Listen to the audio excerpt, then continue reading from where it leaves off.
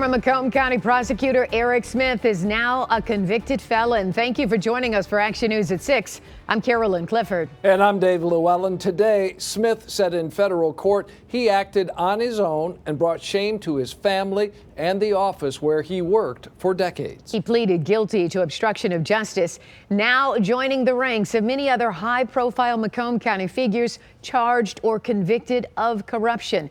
But his criminal case is far from over. 7 Action News reporter Jim KIERTZNER has been following this case from the very beginning and has more outside of federal court. Eric Smith's case was delayed for several weeks. He's diabetic and contracted COVID. He appeared through Zoom and thanked the judge for the delay. Smith told the judge, "I had COVID for quite a while. I've never been that sick in my life. I was barely able to get out of bed, let alone show up for court. So thank you for your understanding in that."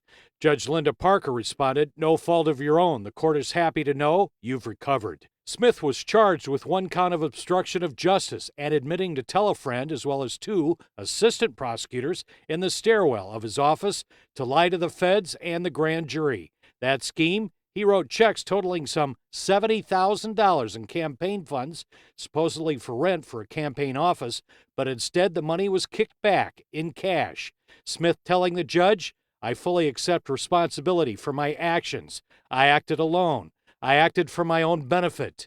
I deeply regret my actions and the shame that I brought to my wife, my children, the office that I spent almost 30 years working for, and the people of Macomb County.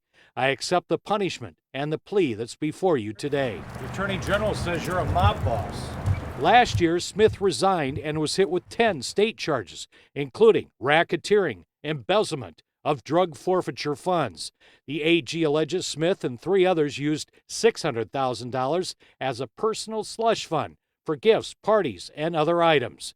Michigan State Police removed security cameras at Smith's home that the evidence shows were paid for out of those funds. And when they see a law enforcement officer plead guilty, they feel that they lack confidence in the system. Today, the citizens of Macomb and the state of Michigan should feel relieved that the system works. Smith will be sentenced in his federal case here on April the 27th. His state case goes back to court in March. In downtown, Jim KIERTZNER, 7 Action News. All right, thank you so much, Jim.